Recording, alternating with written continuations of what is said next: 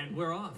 Into game number one, Arjun Erigaisi taking on Fabiano Caruana. The tension has been building the entire day to this Arjun, and away we go. We're blitzing out moves here. It's 10-10. The games have started. They've already played like 7-8 moves. They've been blitzing out the moves, as you said. Look at the heart rate.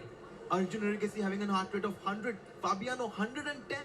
You know what's crazy about that? Arjun is typically the person on the freestyle circuit that we peg as the lowest, most stable heart rate player. He's already eclipsing some of his highs in certain matchups. That to me tells me already that these players are feeling the environment. They are feeling the pressure of this audience. Yeah, they're stressed, and you hear the audience in the background. People are cheering on, and we have Castle's queenside here for Fabiano Caruana. What does that hint at, everybody? It means as he tucked his king away, the black king needs to find a safe space. But Arjun, we see that black position. We have a bishop pair. I mean, India has a bishop pair right now. When the position is open and black has a bishop pair, it definitely favors black. Black is slightly better here. Arjun playing with the black pieces, having a good position in the start. Help me understand why the position is slightly better, though, because now we've castled to the same tides. Typically, that, to me, says now we're back in a more stable type of game. We're not going to be throwing as aggressive attacks on opposite sides of the board. Yeah, we may not be seeing aggressive checkmating attacks. You see the White's last move just clamping down on this square, so no pawn breaks available yet for Arjun Erigaisi. But why is black better? Because black has the bishop pair with the ability to open the board. I often say the side that controls the pawn breaks is the side with the advantage, and you see with that last move, eventually, if able, Arjun would like to push upon on the side where his own king resides, and he may find that opportunity sooner rather than later. And look at that last move. That kind of just shows that Fabi was not happy with his position. He played his knight back to c3, and now Arjun has a big advantage. This is great news for all the Indian fans. Yeah, a rarity that you would feel good about moving a piece and shuffling it back to the same spot that it just was. The queen will slide over there for Arjun to take the spot that was vacated by that pawn, because I was about to ask the question. Sometimes you create a spot of vulnerability for the king by moving that pawn right in front of it. Seems like he's found a way to stack some defensive pieces. Yeah, you push a pawn, you leave a square behind. Right now, Arjun Erigaisi, there is a huge threat that White just evaded. That queen move said, no, you're not going to win my queen for your bishop. But now we have a potential bishop trade, and the bishop pair is often an advantage of Harshit. If those bishops come off, maybe then Fabi can start breathing a sigh of relief. But the pawns on g2 on g3, they are doubled pawns. And as we talk about pawn structure, having this is definitely favorable for black. That's true. That's definitely true. And it's difficult for White to press, but maybe now is the time. Put your foot on the pedal. I was about to ask, we also have to have the conversation about, again, that we played a checkmate here, right? And so that has to be a part of your strategy. It's not just about finding, okay, maybe the slightest advantage that, gets played to 80 moves and then ultimately fizzles out to a draw. You got to look for that knockout blow. Exactly, and look at how the things have turned. The evaluation bar, which was really favoring black, is now favoring white. And this is the space of the game. It's just 4 minutes into the game, and the evaluation bar is swinging like a roller coaster. And that's why we can sometimes ignore the bar. The players don't have that evaluation bar. They're just trying to figure out the best moves. And you see them jockeying for position, and we hear just raucous crowd behind us. They are just not calming down, and that's great to hear. No, rightfully so. It's kind of interesting to see how little time has come off the clocks. I wonder how much of that was nerves, that they just felt like they needed to move quicker than maybe they should have in a 10-10. We're not to the 5-5 or the 1-1 just yet. Did either of them move a bit too quick for themselves? I think they're all trying to adjust to the situation as well. There's so much nerves happening, so many people watching. But right now, Arjun should try to break c5 at some point. I need this break. I need some air in the position. Well, you push pawn, you leave a square behind. Dash, you asked that question before, like, can you really push pawns in front of your own king? That white knight will slink back, up there and then forward. So that pawn on c6 where it currently sits, that's actually quite important. And that's why we see Arjun, he takes a step back because he wants a new point of entry. Eventually, he probably will bring his knight into the center. But now that the knight moved from d1, is it time to play c5 now? Will he go for it? Yeah, it's always important to pay attention to the nuances. And that knight that was on the first rank, it could hop forward into the queenside. Now may be the time. But Arjun, he has shown restraint. Maybe it's actually fear, and he brings his rook up first. So I'm not sure if he's going to feel comfortable pushing more pawns from his king. If anything, though, I will say he's gotten every single piece off the back rank. So he is trying to gobble up some space slowly but surely. But for the most part, we kind of have a line of scrimmage right there between the 4th and the 5th ranks. Who's going to be the first person? Is it still Arjun looking for that c5 push? Or when is the onus on Fabiano to look for a break of his own? I don't think Fabiano has a break. So I think that it's basically whether Arjun will break at some point and open the position. And I think Fabi is kind of preparing himself for black playing this move pawn to c5. But look at the clocks. 8 minutes for Fabiano, 6 minutes 58 seconds for Arjun. A nice time lead. But huge mistake there from Arjun Erigaisi, because previously white had no pawn breaks, but after the black f5 pawn became the e4 pawn, the rook on e6, that's staring into its own pawn. And now we hear the crowd, they're going crazy, and maybe they're rooting on Fabiano Caruana. I know it's going to be hard for you to hear us over them at this point, but I think they're getting excited, and rightfully so. We're starting to see maybe what feels like the shoe is on the other foot. You talked about for so much of the game, it was about Arjun looking to make the move. He's got permission to be on the offensive, and now Fabiano might have found his opening to strike. Absolutely. I mean, there's so much tension happening in g4. Another pawn break by Fabiano, but the evaluation bar has dropped down to equality. Arjun is fighting his way back into the game. This is good news. This is a step in the right direction. a4. Great move, attacking the white queen.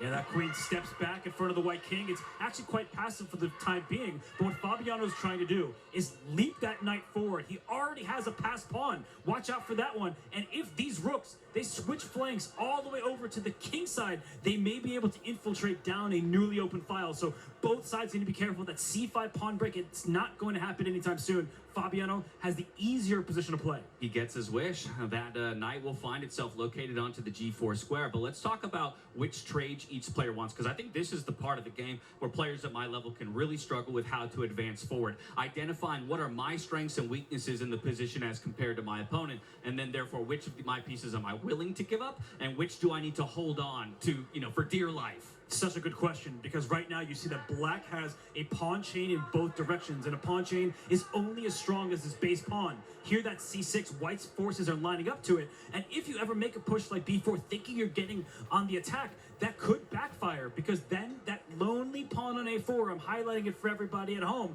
that could become a target, and I won't even call it long term, it could actually fall quite quickly.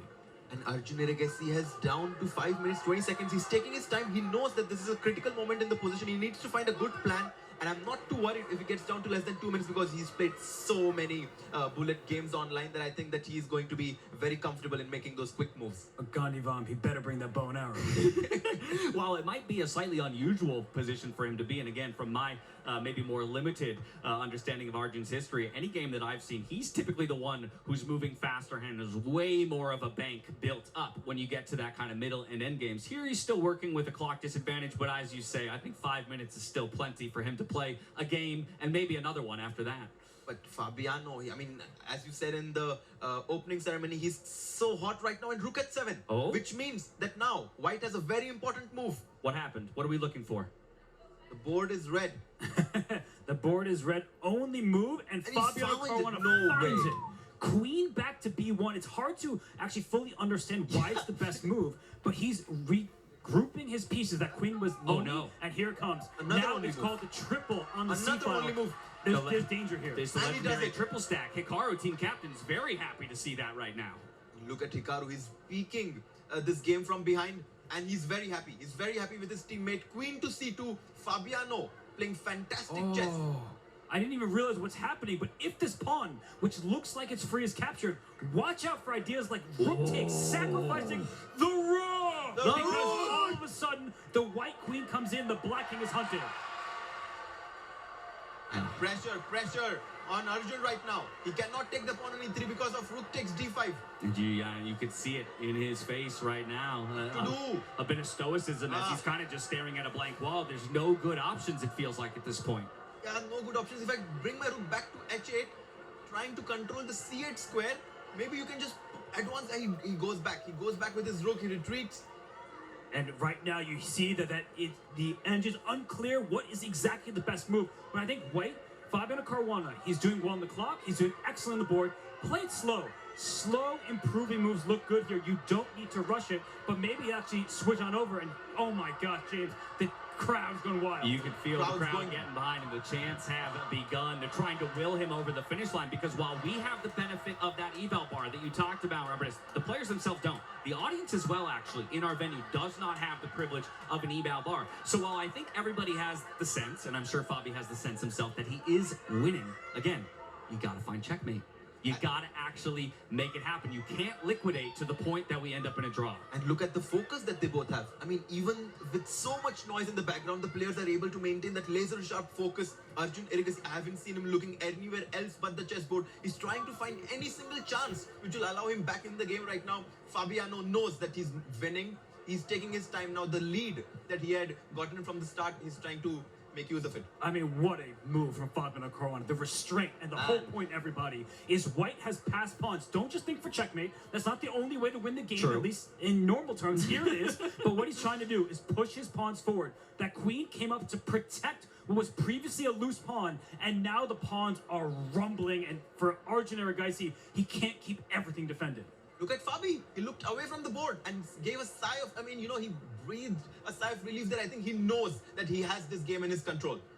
Yeah, I mean, this guy right now is playing some of the best chess in his career, coming hot off a win for the Champions Chess Tour. Steps off the plane, he walks in here, and he says, I'm ready to go again. I mean, that to me, I had questions about his energy, about his stamina. You're flying around the world, you're playing different styles and different types of chess, and for him to be able to step off of a plane after flying overnight and put on a performance like this, granted it's not over yet, is impressive to say the least. And let's think about how he lost in that World Championship he played in rapid tie breaks.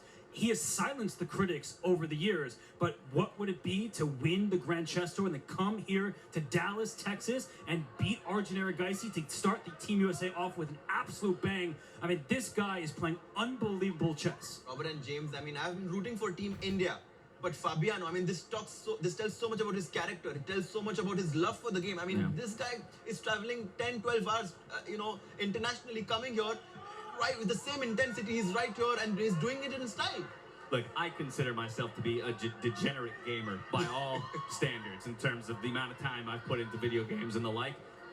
I think Fabi might be a bigger gamer than me. He goes from playing chess to playing Avalon to back to playing chess. I don't know when this man sleeps. Yeah, and we're not even talking about gaming in terms of And look at him, the he's quality laughing. of his play. Look at the crowd, he was smiling. Arjun Erigaisi, he gets a move off, but look at this. His rooks, they are connected, but the pawns, they are marching forward. And you hear the crowd dash. The crowd is chanting for Fabiano Caruana as he continues to press forward. And the pawn is on the 6th rank now. 2 more squares and he can make a new queen with it. Yeah, a little bit of a counterattack here from Arjun. He's just trying to make anything happen, right? Give Fabiano something else to think about so he can't follow his game plan anymore. But look at that. Fabiano is a safer king, so instead of trading queens, which was still objectively winning, he keeps the queens on the board. And this is a good attempt from Arjun Erigaisi. If Fabiano was down on the clock, maybe there'd be some danger with a newly opened file in front of his king. But right now, Fabiano's just up 2 pawns. It's down to less than 2 minutes. The clock is orange now, which means that this is, he needs to increase his pace of playing, but he has no good moves. It might be too late now. Yeah, down to 1:30 here is Arjun. You can see there just in his, player camera. I've got to imagine as that clock changes, again, that's just another ounce of obstacle that you have to overcome. You're catching that out the corner of your eye. I know that now I really have my back against the wall. Yeah, the sweat's not even dripping anymore. It's pouring, and you hear the USA cheers behind us as right now, Arjun tries to go for an attack against the king, but a new queen is coming. A new queen on the board.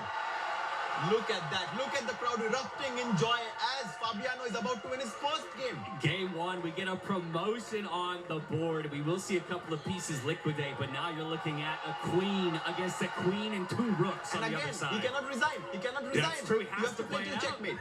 You know, Gukesh had said in that video that we saw earlier in the day, he's kind of excited somewhat to watch some players suffer defeat down the line, and unfortunately the first defeat will be suffered on behalf of one of his teammates. The handshake is extended. Fabiano Caruana wins the first game. USA leads 1-0 Robert. And look at that, standing ovation, huge cheers from the crowd as Fabiano Caruana gets it done on home soil for Team USA. They're starting hot. The crowd erupts, and that's a volcano to start from Fabiano Caruana. Look at the fans cheering for Team USA. Fabi is the champion that Team USA needed. Exactly right. He's going to help Team USA kick it off on the right foot. But let's talk about how he got it done as he goes back to celebrate and talk with his team about the coming matches. Jules, of course, pulling him to the center. It was a brilliant display there by Fabiano Caruana.